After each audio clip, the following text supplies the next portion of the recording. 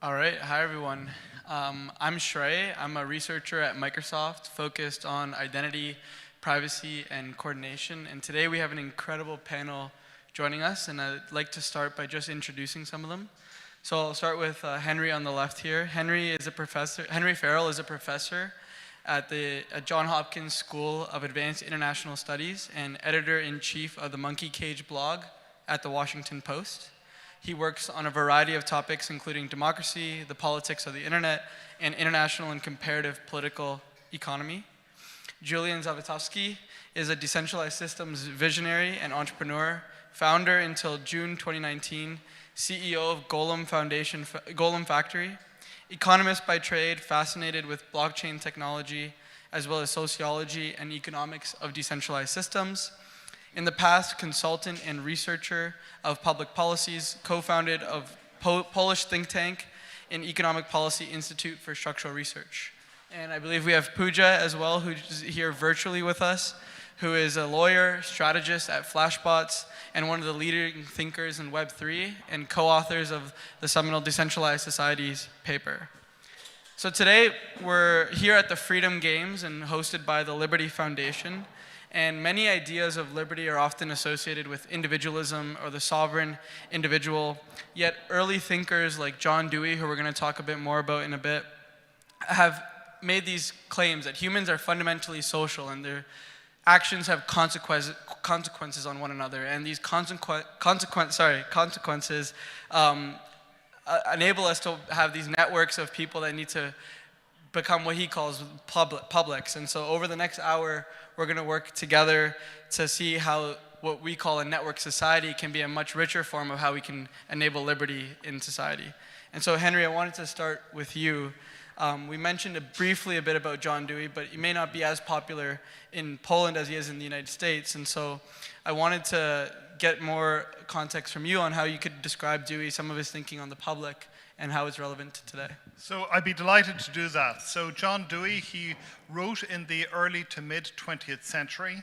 He is a famous American pragmatist philosopher, and his ideas about politics were pretty straightforward. So he was a very strong Democrat, and he believed that democracy began with problems. That is, we see a problem in the world, we understand collectively that we have a problem, we begin to try and figure out what that problem is, and we try to solve it. And that means that a public forms around the problem. That is, a public is a group of individuals who organize themselves in some kind of a way to deal with whatever problem that is. And then that is the basis of democracy from Dewey's perspective. He says, this is when democracy begins. It's when you understand that you have these shared problems and when you organize publics around them. And that also can be often very difficult because it's extremely difficult sometimes to figure out, first of all, what the problem is.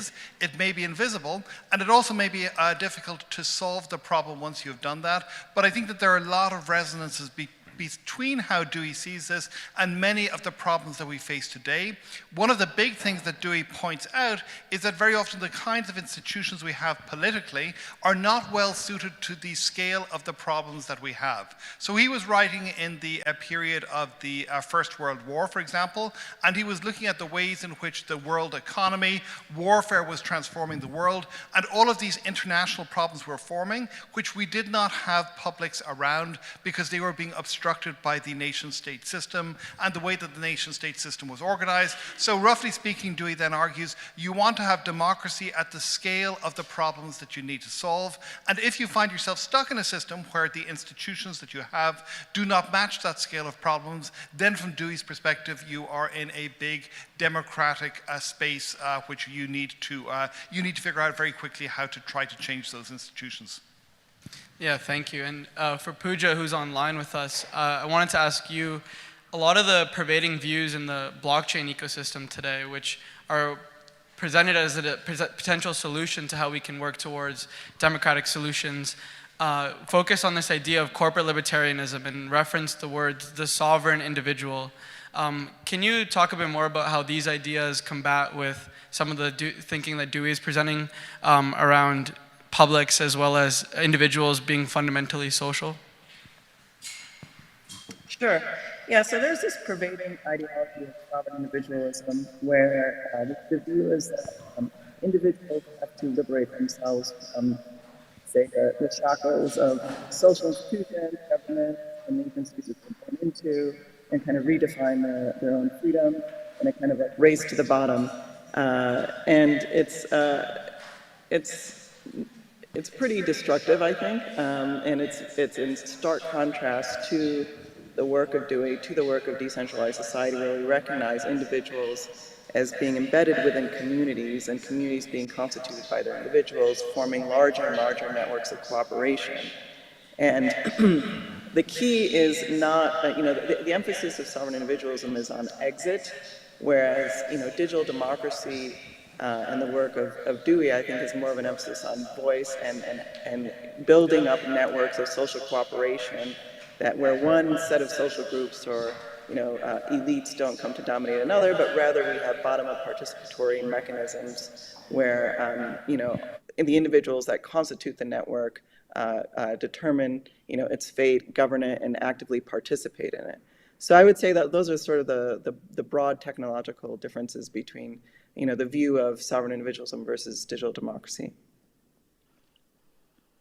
For anyone who wants to jump in here, I think one of the other points Dewey makes is that the role of a social scientist is to uncover some of these invisible forces that exist between the interdependencies between people. And for anyone who wanted to jump in, just talking a bit more about some of the invisible forces that you've been examining that aren't as well discussed today around the interdependencies of people that are causing some of the problems that we have. Well, maybe I can jump in here quickly because I also just wanted to really reiterate what Puja said, which I think is absolutely key, is the difference between exit and voice here, which is that if you look at the sovereign individual, the idea is basically that you can get out of arrangements you don't like. If you look at Dewey, you find yourself in a world where you have to work together in a community to try to solve problems rather than fleeing to New Zealand and letting the world take care of itself. And so I think that's a problem that we can see, for example, today in Europe and also in the United States, as we are back in something like the early 20th century again, and sort of a period of warfare, of turmoil, of economic problems where nobody actually understands what and has a very good sense of where we are going. So in my other hat, my non-democratic theory hat, I study what is sometimes called weaponized interdependence. This is a term that myself and a co-author have coined for describing the ways in which all of these networks that link the world economy together are being weaponized, are being used by actors in order to try and sort of coerce others. And here, for example, the way in which Russia is using Gazprom and Nord Stream 2 as a means of, and the original Nord Stream, as a means of trying to put pressure on Europe and the European economy is a perfect example of that. So I think that part of what we need to do with these interdependencies is to try and figure out, first of all, how to bring them to the fore, and secondly, what is the appropriate level of politics to solve them at. And here I think, I think a lot about what is happening in the European Union. I think about the ways in which the European Union is really trying to push forward the energy transition, not just in a response to the need for a post-carbon world, but also in a response to the need for a world in which Europe is not sort of effectively fundamentally dependent upon the whims of tyrants. That's going to take a huge amount of organizing at the EU level between all of the different member states, which are squabbling and fighting with each other as they always do. The European Commission, it's going to take also a lot of action happening at the national and at the local levels. If you want to have an energy transition, trying to solve the problem of how it is that we sort of, for example, I come from Ireland originally, where there are a lot of fights about where you put the wind turbines, and I think those fights are being replicated throughout Europe. Everybody wants a green transition. Nobody necessarily wants ugly-looking wind turbines in their neighborhood, and we are going to have to figure out the appropriate scales of democracy to solve these problems if we're going to survive and live together better. Julian, Can I just jump in here, Shrey? Yeah, go ahead, Puja. So one thing I want to highlight here is actually how the energy infrastructure questions, Henry, that you're raising are key. But we also have digital infrastructure. We have physical and digital infrastructure. And the same questions that are arising in energy are also arising in our digital world. In particular, you can look at the recent events around Starlink and around Twitter, and particularly having one person being decision maker there, and it's and I would say that's sort of like a more corporate libertarian version of digital infrastructure versus and the energy infrastructure question that you're raising, Henry, is I would say more a autocratic version.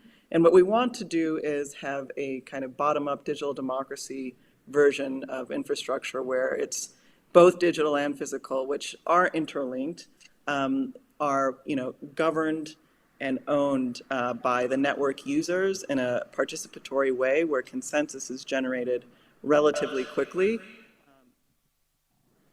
And so, so I just wanted to highlight that these energy infrastructure questions are, I think, just a small set of a larger set of problems. Yeah, thank you. And Julian, I wanted to see if you had anything to add before we transition, but yeah.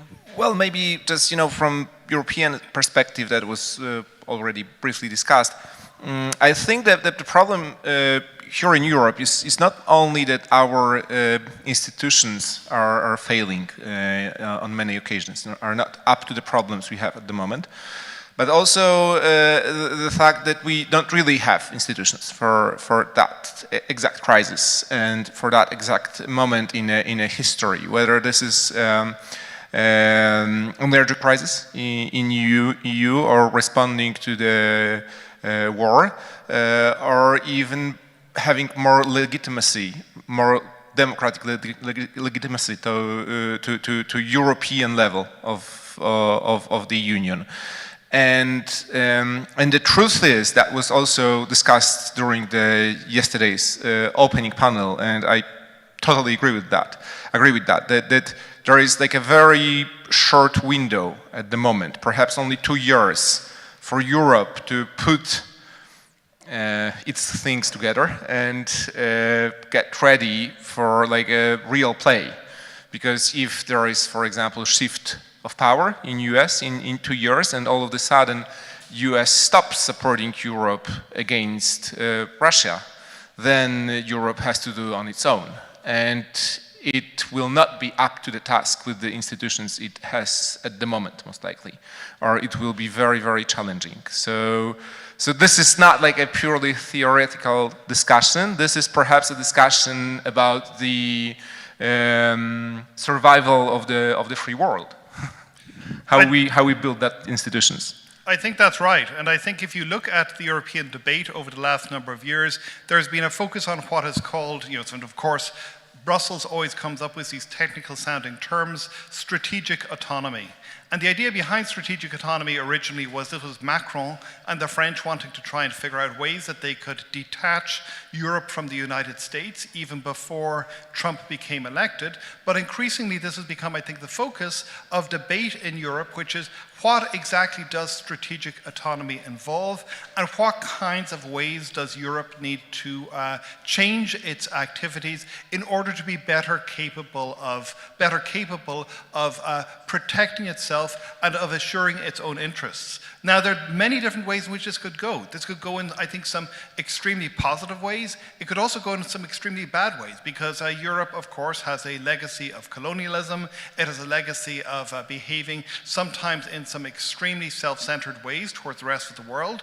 Obviously, self-centered behavior is not exactly unusual in the world of global geopolitics, but equally there are ways in which you can do this that are towards the common benefit and not towards the common benefit. And so I think one of the major challenges that Julian, I think, identifies correctly here is thinking through what would strategic autonomy look like in a world where Europe cannot depend on the United States anymore, cannot at the same time equally, and this is Joseph Farrell made a very interesting speech about this last week, also cannot depend on Russia, obviously, for energy, or China for economic growth. How does Europe try to reforge itself in a way that is both independent and autonomous, and getting to, I think, some of Puja's important questions, also has some important role for democracy, because this is something that Europe has traditionally been absolutely terrible at, which is involving genuine genuine democratic decision making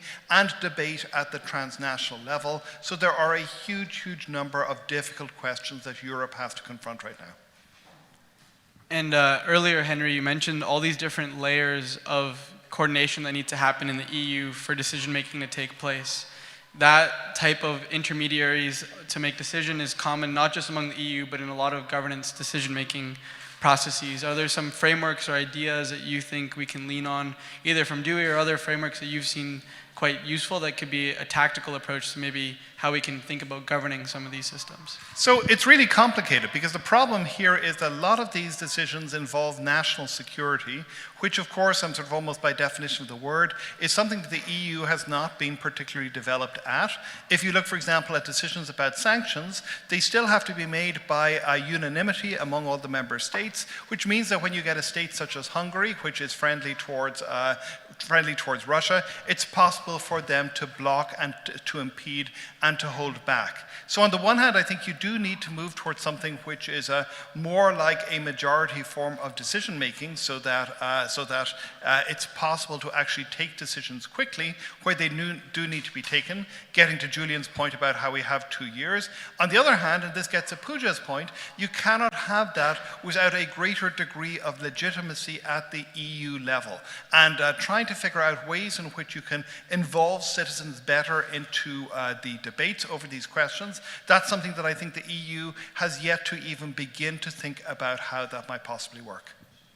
If I may just go ahead. one quick comment, because in our correspondence with Glenn, at some point, he reminded me about the fact that about 20 years ago, when Poland was about to join EU, there was like a huge discussion around governance within the EU, and one of the proposals discussed then and dismissed was for the countries to vote with a square root of the population, which somehow fits into some ideas of RadicalxChange. Couldn't resist making that comment. Totally. And Puja, I know you've also thought a bit more about how to build legitimacy of institutions at a larger level, but talking a bit more about bottom-up legitimacy and how we can think about some of the frameworks that you've been thinking about there. If you could comment a bit more, it would be great. Yeah, so I actually want to push back a little on Henry's point on getting majority decisions made. I actually think what we're referring to as quadratic voting is a much a better sort of consensus mechanism. And what quadratic voting does is it allows people to express the intensity of their preferences, not just the direction. So if you're voting amongst a set of policies, you can reflect your intensity on one set of policies or another, and the square root modulates the tyranny of the majority that might arise.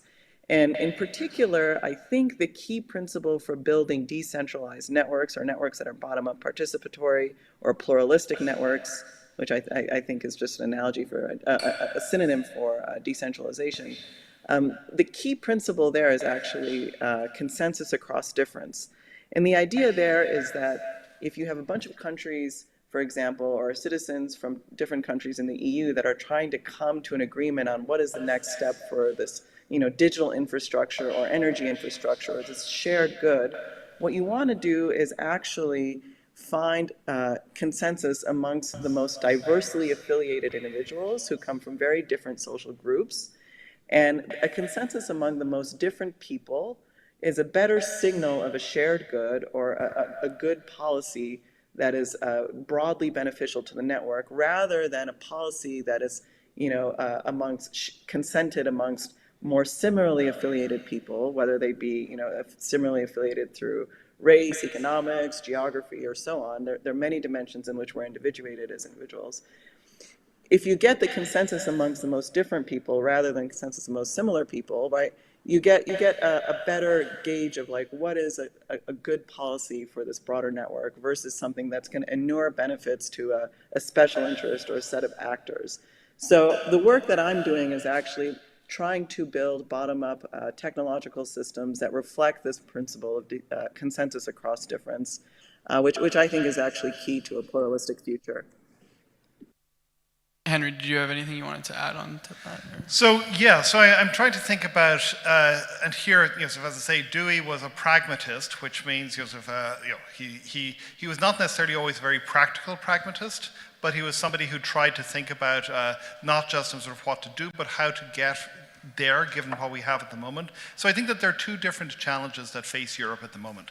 One is a challenge of state incapacity, that there are simply things that Europe is very, very badly suited to be able to do, and some of this touches on national security. And here I probably, I probably am in favor of, at least in the short term, trying to move towards a slightly less veto-driven system, because I think that the decisions that have to be made rapidly over the next couple of years are probably not going to be, we're not going to be able to get to a system of better democratic decision-making before some of the key questions that Julian was focusing on have to be addressed. But, and here the important but is, I think that where Puja's suggestion really resonates for me is thinking about some of the stuff that's been happening in my native Ireland. So Ireland, as some of you may be familiar with, is a country that was very much it was a poor Catholic country with a very, very little sense of divergence or difference or accommodation or willingness to deal with that until the late 1980s. I lived through the transition, which is a different transition than the people in Poland lived through, but nonetheless was a pretty big one from our perspective. And now Ireland has, in recent years, it has introduced marriage equality by a thumping majority into its constitution through a popular vote.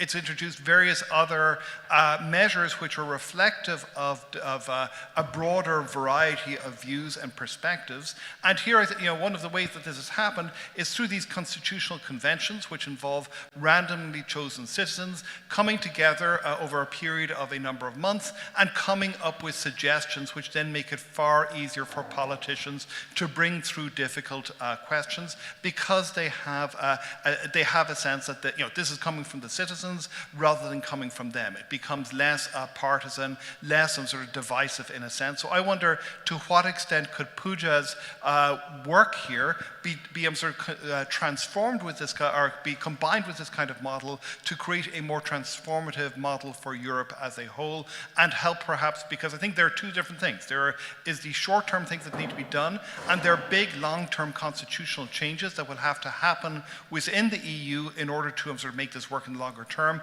And here I wonder whether Puja's thoughts might provide a good way for thinking better about citizen involvement. So can I jump in here, Shrey? Yep. So a lot of these ideas that I'm talking about are actually inspired from the work in Taiwan that Audrey Tong has been doing in building digital democracy and building more bottom-up participatory systems where there's feedback between government and their citizens. And it's Henry, you keep underscoring national security, which I agree is the thorniest problem. And it's really interesting to have Taiwan as a model here, because they are under threat, right, from China in a very aggressive way. So I think actually these bottom-up participatory systems are key to building a more pro-social technological era that is almost protected, I don't want to say immune, but much more robust against attacks by foreign adversaries, and is a strength to national security, not a detriment to it.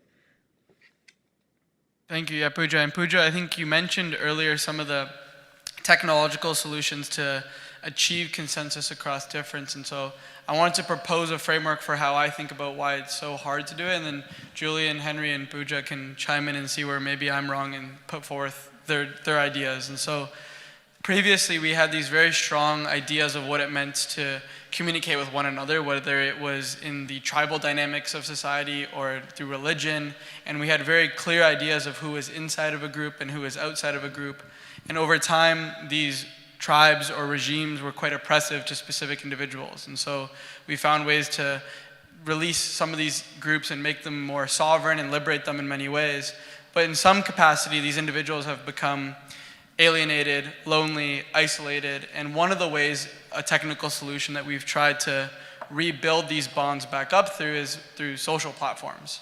But social platforms lack the ability to provide context to each other. And there's this idea of what's called context collapse when we communicate with one another. And so it's even hard to identify who are the groups of people that you're trying to cooperate with. And so if we're trying to coordinate across differences or have consensus across difference, even recognizing the difference is quite hard. And so I'm curious to know some of the frameworks that you see in the challenges we have to identifying difference and how, the ways that we can start approaching technological solutions to achieve that. Okay. Yeah. So I think you opened a Pandora box here, because first we have to agree with your diagnosis and then propose the solution to whatever problem it is. I will try to be brief. So I don't necessarily think that what you just said is the reason for the fail of our institution at the moment, because we started with the notion that our institutions are failing, they are not up to the problems, and that's the problem I would like to focus on. So and the context collapse, I think they are more to the phenomena that Neil Postman described in Amusing Ourselves to Death. So that the way we communicate at the moment supports exactly the context collapse, because this is about amusing ourselves and not about having like a meaningful communication most of the times. Not for everyone, not always, but every too often. So I think that and I think that we can see that even with the experimentation we have in the decentralized space, in governance, in many situations. Because if you ask any DAO practitioner, for example, like what's the biggest problem with the DAO, then one of the, I think, top 2 problems. Can you just say what a DAO is? Yes, decentralized autonomous organization. So not digging into details, because that has, I think, about 20 different definitions of what it is. But basically, it's a concept of bringing people together to collectively have some kind of governance over something that is as much decentralized and as much algorithmically encoded on blockchain, for example, as possible. That's one of the possible definitions. I think the other one that probably will work as well is just like a gathering people around some kind of idea and trying to put them into collective decision making. Yet another would be like just having tokens and voting with tokens and making money out of it. One of the 2 biggest problems is that those are often tokens that can be traded, so this turns into speculative game, not really a governance. But the second is low participation. It's low participation, so exactly the same problem that democracies have at the moment, that people are either not voting or they are not voting in an informed way. And I think that the solution that we can look for in our space, the centralized space, and probably that could be then transformed later to like a wider, to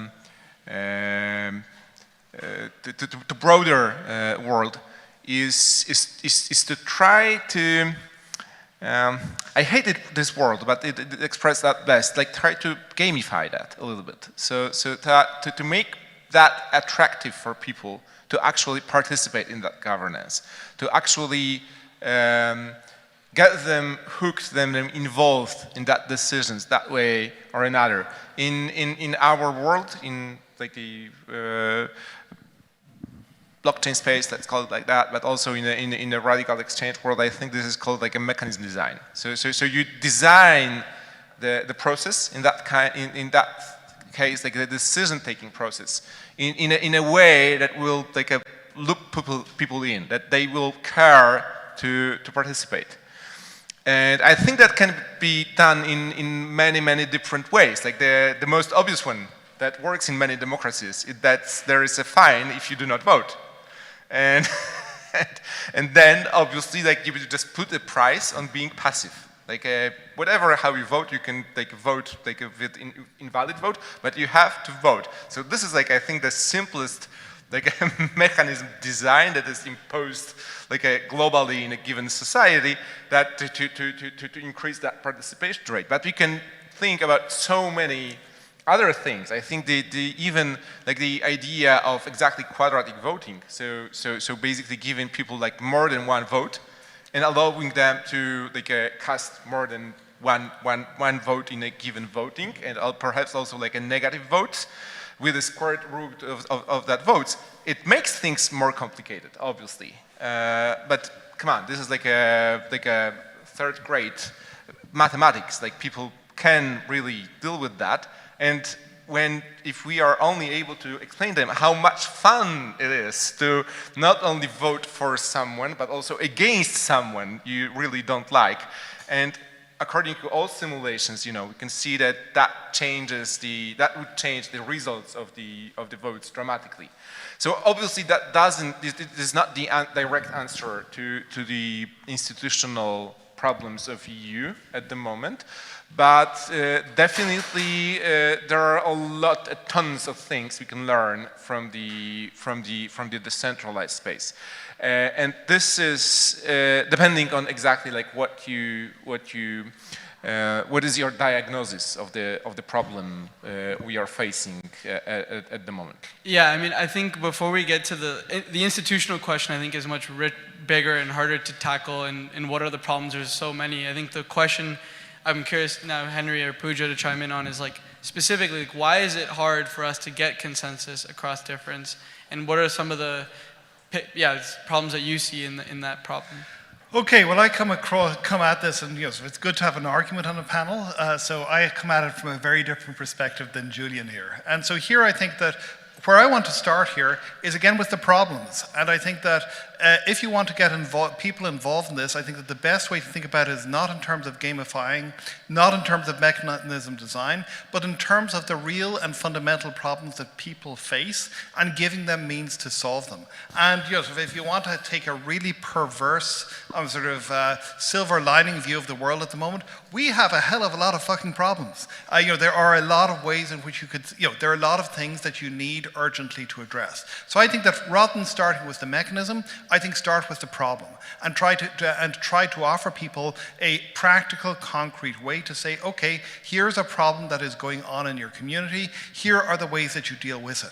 Second, I think that rather than looking to, I think that there is this wonderful world of sort of blockchain and mechanism design, but I also think that it's very, very easy to get pulled into the mathematics because the mathematics seem to be fun and exciting in their own right.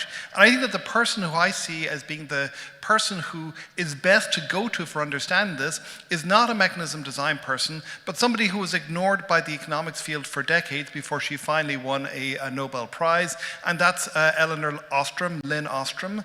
She has this wonderful book, Governing the Commons, which looks across hundreds and thousands of different societies to see what kinds of institutions they have used to solve collective problems. And I think that kind of science of problem solving is a better way to go.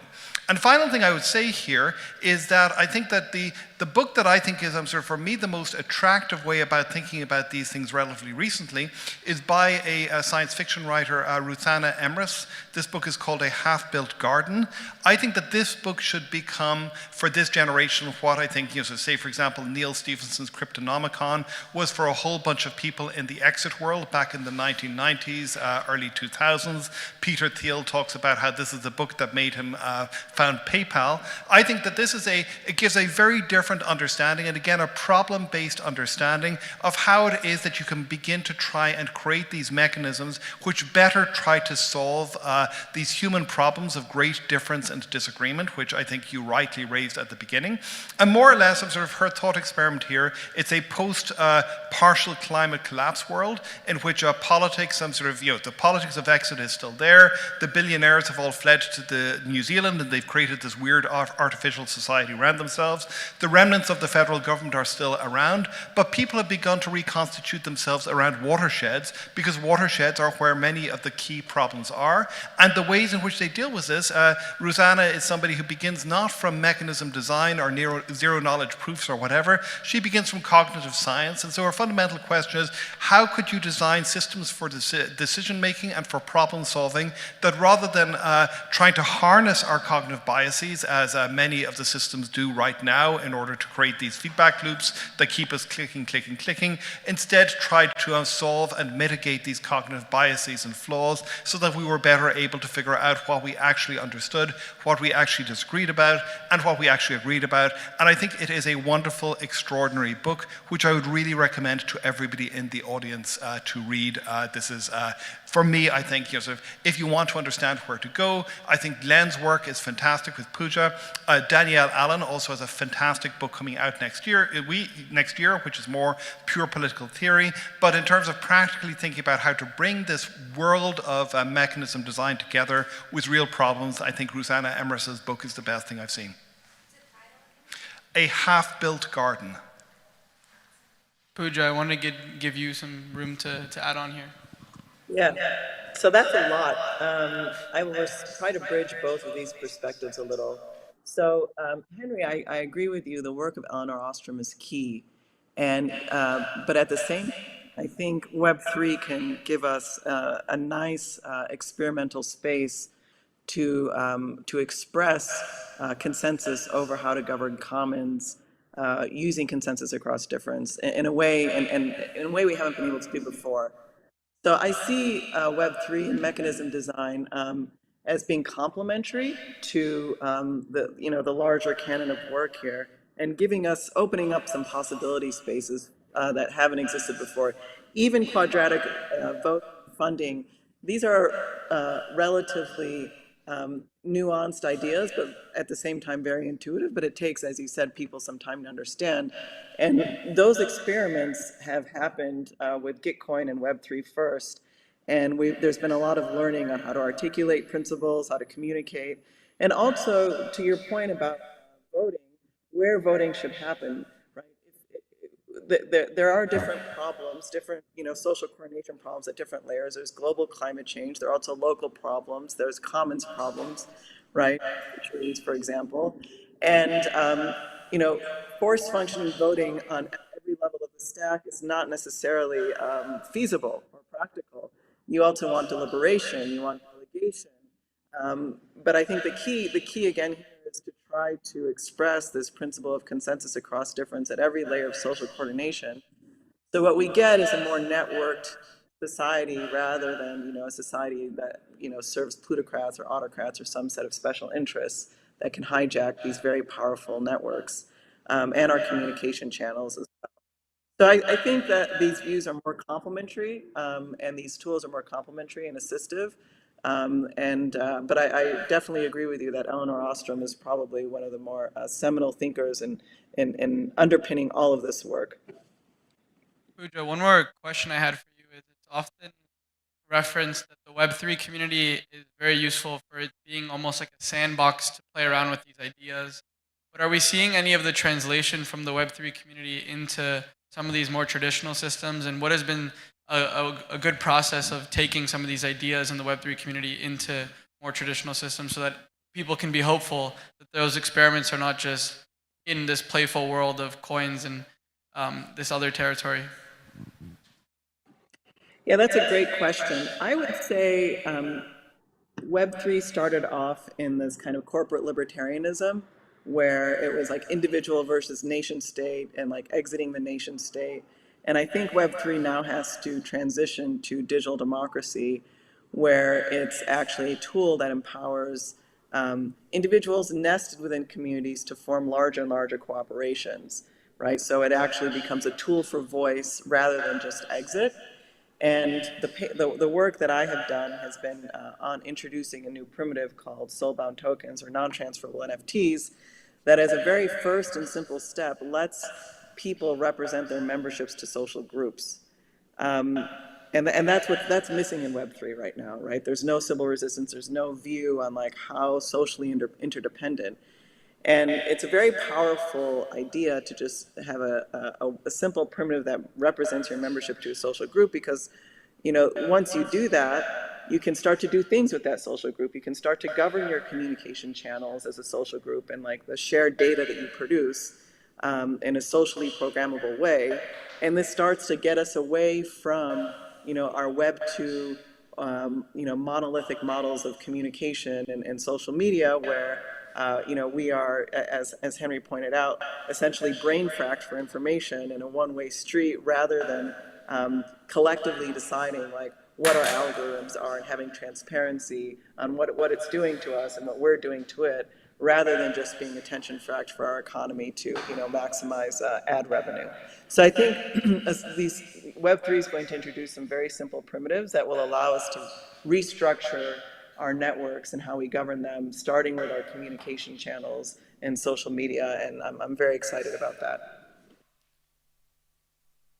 Julian, I was wondering if you wanted to add on to anything about the role that distributed systems or blockchains play in a lot of the problems that we've been talking about. In fact, I only wanted to say that even if Henry does not exactly agree with me, I think I agree with him in a way that obviously we need to organize around problems, and that's what we are going to do. The question is if the institutions organized at the moment are sufficient, and if we do not have to improve that, perhaps also with the tricks that I have mentioned or not.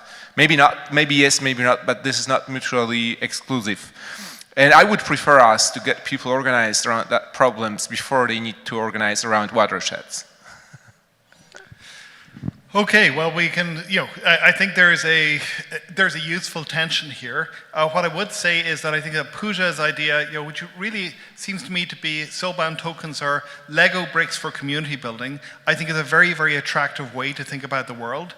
I also think that there are some elements or some aspects of blockchain which actually could be problematic in terms of building in some exit. And here, and I know that this is something that is probably going to be very controversial with a lot of people in the blockchain community, I think moves like the Tornado Cash move of effectively sort of loading up your system to Ethereum and then throwing away the key and saying this cannot be changed. I think that those kinds of possibilities are something which are potentially, so you can see how they could enhance freedom in certain ways, but I think that they're potentially deeply problematic for democratic decision making, because they're effectively saying, I as an individual or as a group of individuals around a DAO can decide that this is the way that we can do things, we can program this into Ethereum and it will keep going, and I've used the analogy of a golem, so this is like we can keep it going, this will keep going like a deathless golem for as long as the Ethereum blockchain exists,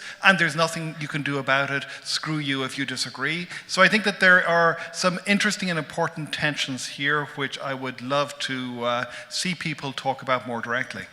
Well,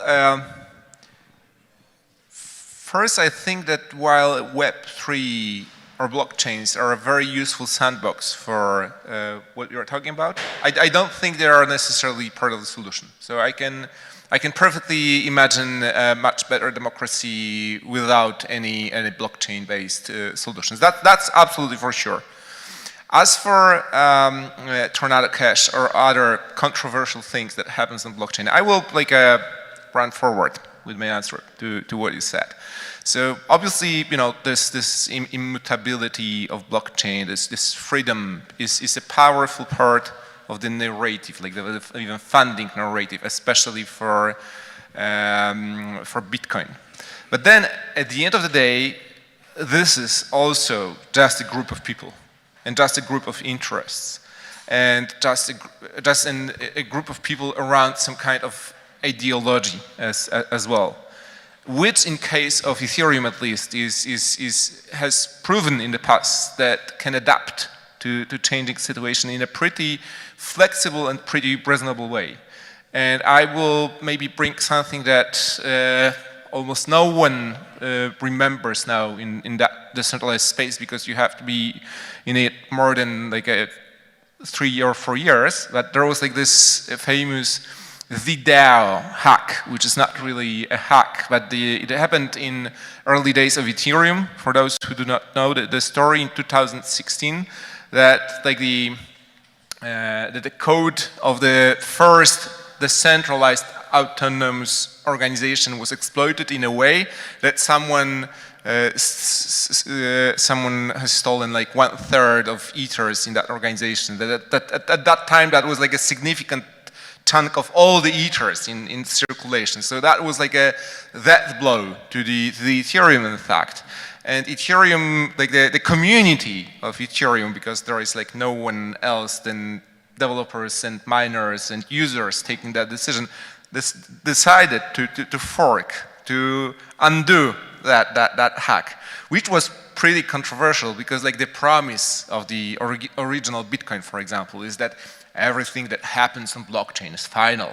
You know, you throw those keys and they cannot be recovered, and it turned out that it can be recovered if only there is like enough of popular support for the decision to recover. So I would say that at the end of the day, this is also a community of people which, at least in case of Ethereum community, more often than not is pretty reasonable. Although I see that there are problems there, and the biggest probably is the one that was raised during the previous panel, that this is basically like plutocratic system. And probably that's the biggest issue I have personally with Ethereum, and many people have, apart from all the great things that are there. But I got sidetracked, I think. So. Okay, yeah. Henry, I was curious to know, so you mentioned one problem that you had with distributed systems. Is there any other worries that you have in some of the experiments that are going on that go against some of the ideas and challenges that we were talking about earlier? Well, you know, so if I think that this is something that I don't want, you know, we should get back to Puja because I don't want this to become a argument of sort of, you know, guy versus guy. I think this can very often develop. I do think that there is you know, the sense that this is a sandbox to try out different democratic governance regimes. This is something which is incredibly attractive and I think useful and helps to solve problems. You know, so I do wonder, you know, sort of the immutability is a big problem, so that, you know, the way in which you sort of solve the first doubts, as if you have to basically rewrite the history books and change the constitution in order to solve for a bank robbery. And that's something which my sense is probably not going to happen in a hurry again, that it was a sufficiently bitter fight at the time that sort of, you know, they got it through, but with a great degree of unhappiness.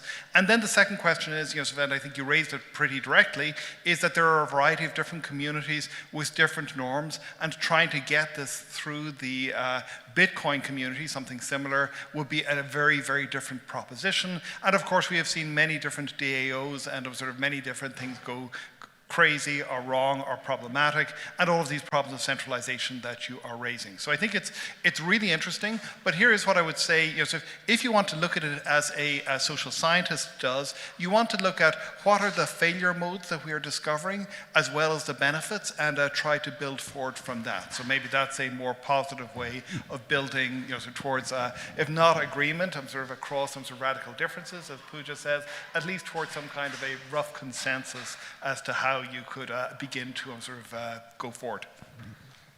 Thank you, yeah, and Puja, get you back on the screen and sort of add on to anything that Henry just said. Sure. I think we're still, just responding, I think we're still, as I said, in the early stages of Web3. And for example, on Ethereum, on the criticism there is a great paper that was just released about reversible transactions and exploring that possibility space. And this might address some of the questions around sanctions, for example, Henry. There's as I said before as well, the early stages of, like, you know, Bitcoin and Ethereum are in this individual versus nation state paradigm. When you start introducing an intermediate layer of communities, then decision-making and even what blockchains can do and how they help coordinate or facilitate cooperation starts to change. So I still think we're very early in what these technological substrates can do. I also don't think blockchains are a solution to everything. I think they're very useful for expressing common knowledge at a particular social layer, whether it be local or global. And like, I think it will, you know, be a very useful tool to help even, you know, negotiate the sharing of that knowledge between different social layers. But I certainly don't think it's like the end all be all, and there's a lot of other you know, interoperable systems and like data structures, which Shrey, you have been exploring a lot, which will complement and augment the utility of blockchains, but alone, I don't think blockchains are going to like solve like all the problems. So I just wanted to temper that as well. Thank you. Yeah, before we close, I want to make sure we give the audience some time to get some questions in. So we're going to start opening it up to the audience. Does anyone have any questions that they want to ask any of our panelists?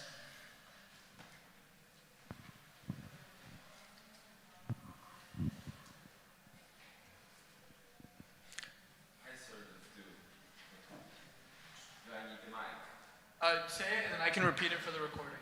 It's maybe more of an observation. So it was interesting to hear earlier about the DAOs in Ukraine.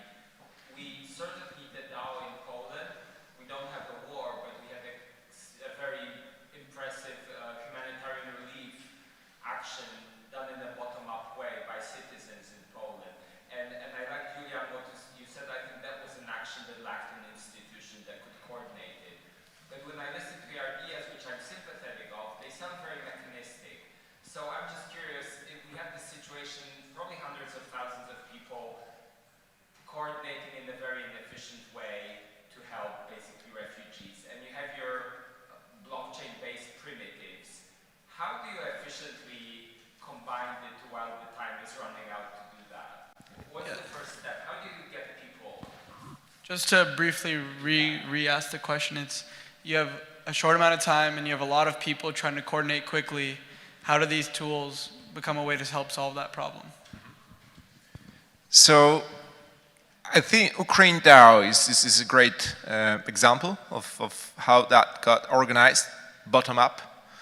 But on the other hand, like Ukrainian DAO is more of a social phenomena than like a technical phenomena. So this like on a technical level, there is, and I'm not saying that to discredit that. This is absolutely okay, I think. But there is like, this is not a very sophisticated, like technically thing. This is like just like a committed group of people running things, doing fundraising and doing some advocacy for certain things. And this is great, what they do. But this is more about like those people got organized.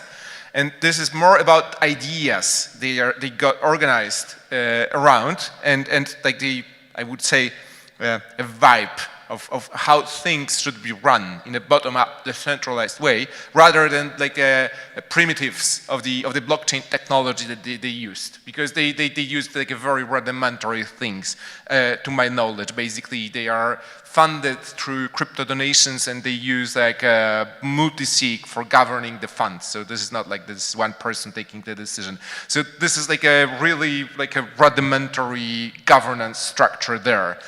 And I think this is obviously all right. So sometimes it is better not to over-engineer things, but just to get people around the idea and around that spirit. And I think in the case of Ukraine DAO, this DAO is more about what they use to get to the correct people, like with the ability to fund things, than the actual technology that they use. So I would say that the Poland DAO or DAO would rather be a way of some activists to get to certain groups of people to get funding, rather than applying any specific primitives at the moment. Which does not mean that there are no primitives that are ready to take from the shelves. There are some, but they are designed for like a totally different situations and problems. So there are like working decentralized organizations with the active governance of the projects, but at the moment they are built around like a different problems, like a totally different problems. Yeah, just to add on a bit as well, I think some of the research our team has been doing at Microsoft has focused on why blockchains are able to provide this property of what's called common knowledge in a much more efficient way than other communication protocols. And so, as an example, with certain distributed systems, I can get a high guarantee that if I send a message to Julian, I know that Julian knows that I know something, but I also know that Julian knows that I know that he knows, and there's these very rich forms of knowledge that get expressed. And so, in some experiments we've done with supply chain, we've seen very increased amount of savings on supply chain just by using a blockchain to communicate instead of email or Excel spreadsheets. because we have this form of common knowledge. And we anticipate this to spread quite nicely to other social movements, like getting people to coordinate in a very time-efficient way when the stakes are quite high. As an example, sexual reporting internally or whistleblowing. Having tools that can do this in a privacy-preserving, but in a way that enables common knowledge can be quite useful. Any other questions that we have from the audience? We have one there.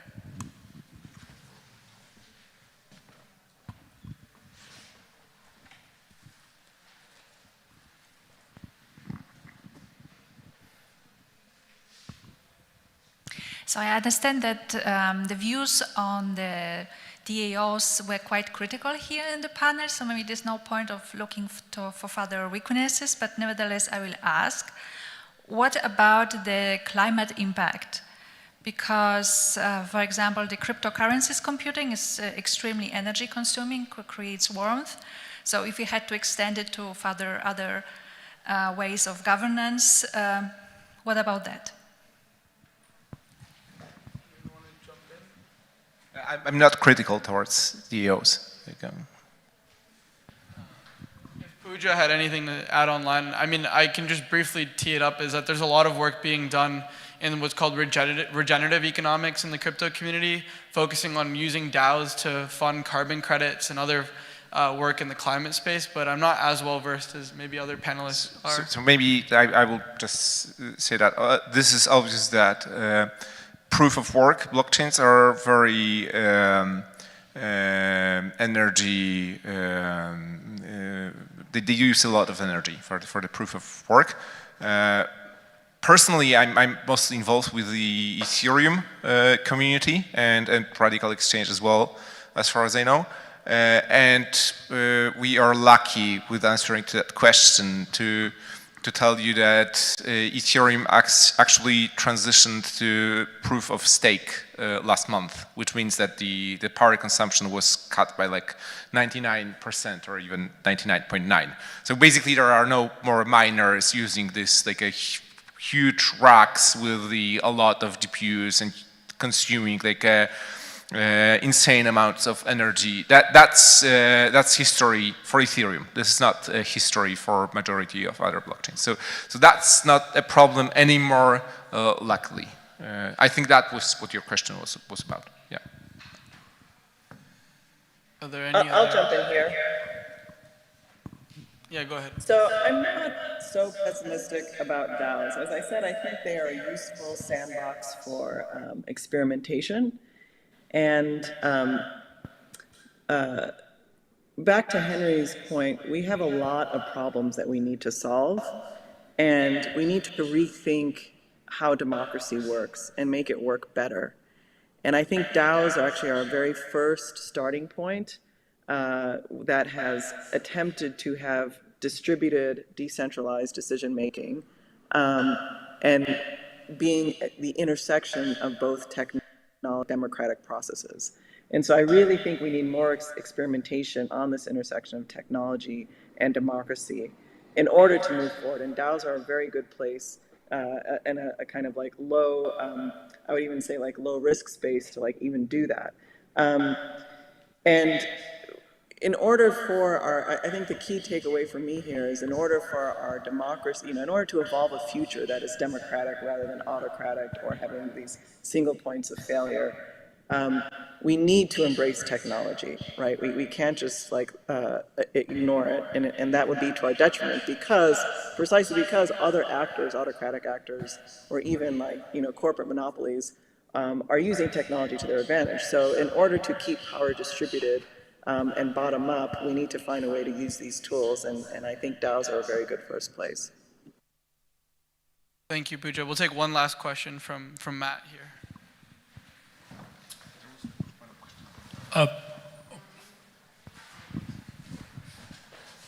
Thank you. Do you think it would be imaginable to implement this idea of decentralized decision-making in the healthcare system, especially if we have one centralized insurer and millions of patients, and empowering them to spend their money better?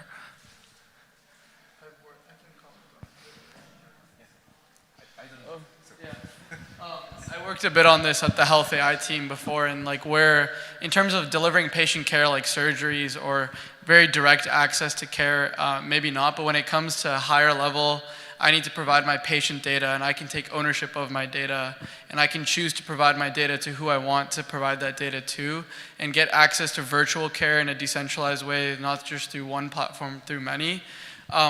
We're seeing a lot of explorations with how healthcare data can play a role in this decentralized way.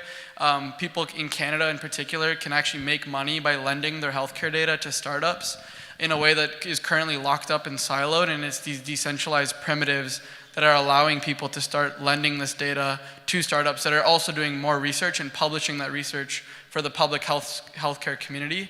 So it's mutually beneficial, both for the patient, by they're able to monetize their data and do so in a privacy-preserving way, but also promote research by unlocking that data to more researchers. But that's very different than like decentralizing surgeries and all these other tactical forms, but there's this whole branch of what's called decentralized science that's being worked on, in particular the Ethereum community that's pushing a lot on this frontier. And how much money will be spent for this and another procedure? Oh, I'm not too well versed on that, but yeah, maybe we can find time after. I think we're all at time for now, but if there's any other questions, feel free to ask after. And thank you so much, Julian, Henry, and Puja online for this panel. Thank you. It's not always easy to recognize. It may look like this, or like this. It may be a burden, but it is a responsibility that we embrace nonetheless.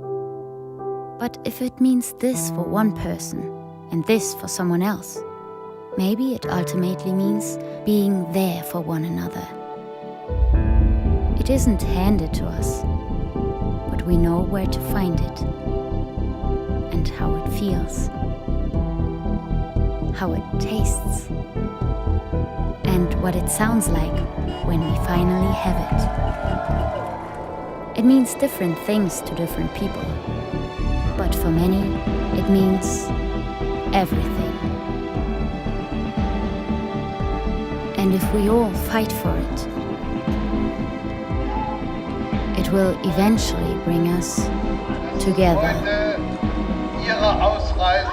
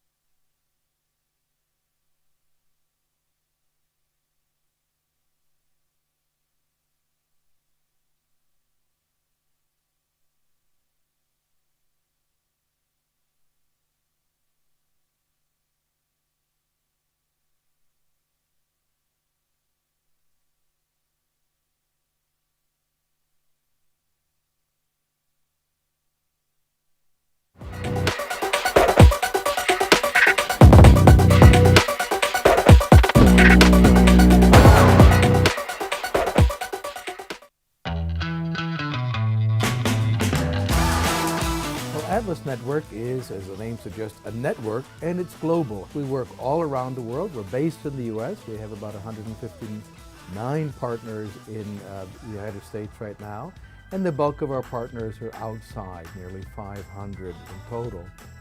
Atlas Network, it connects people from all over the world, defending the idea of human dignity, defending human rights and personal liberties. Atlas Network is focusing on, I think, the most important and moral cause in the entire world. We partner with local innovators, local leaders who understand conditions on the ground in communities facing real challenges. We look at the people from the worldwide freedom movement that are passionate, are ready to make a difference, understand local conditions, and we invest in them. At Atlas Network, we unleash individual ingenuity to enrich humanity. The United States does not have a lock on the idea of freedom and liberty. Those ideas are beyond borders. One of the main goals of Atlas Network is to eradicate poverty around the world, and we do that by investing millions of dollars in our partners' work every year. Historically, wealthy nations around the world have tried to help low-income countries develop. The way we've been doing it traditionally has not really been working. So there's a movement to do development differently, and that means we need to step back as outsiders and rethink the role that we're playing in helping people in low-income countries achieve their dreams. We want to make the world a better place. We want to make the world a freer world. All of us want to leave a legacy and be part of something big to make a better world. This is exactly the work of Atlas Network. With our growing number of hundreds of successful partners, we're stronger than ever. Changing the world. Changing the world. Changing the world starts together with us.